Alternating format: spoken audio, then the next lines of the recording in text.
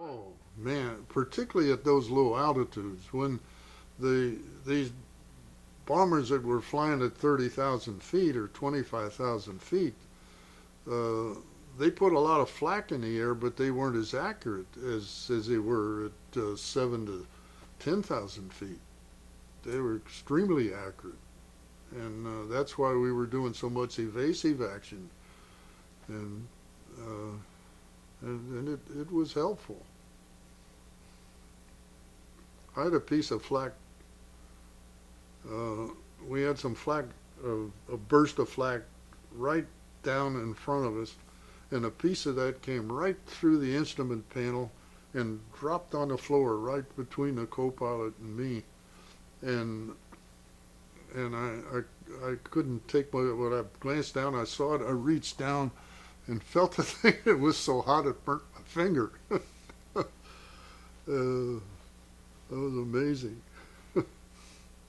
But also my left engine uh, caught on fire from that flak, and my right engine wasn't running too good, and and I had to drop out of the formation. But by that time, I wasn't too concerned because this was later on when we were flying out of Sicily, and we were out over the Mediterranean by then.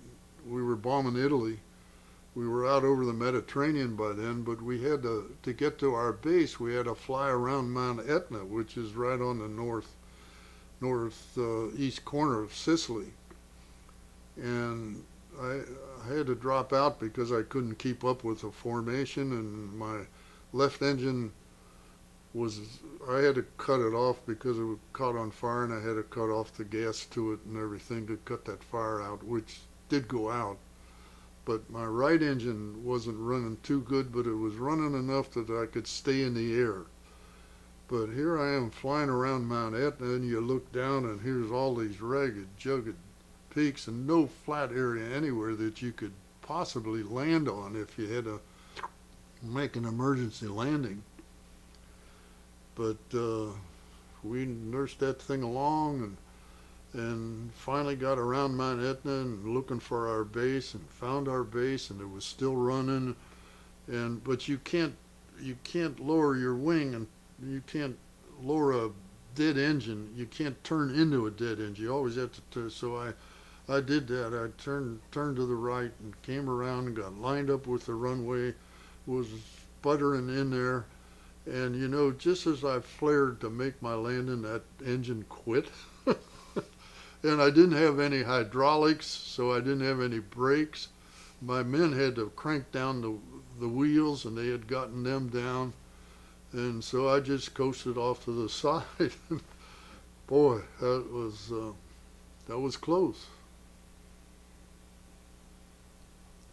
But the amazing thing was, with all that flak, nobody had even gotten hit. Nobody got a scratch.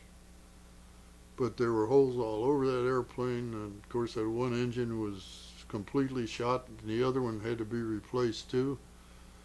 Uh, but they patched that thing up, and it flew again. And we were fortunate that something hadn't messed up the landing gear, because even though we didn't have any brakes, we at least were able to get the wheels on the ground.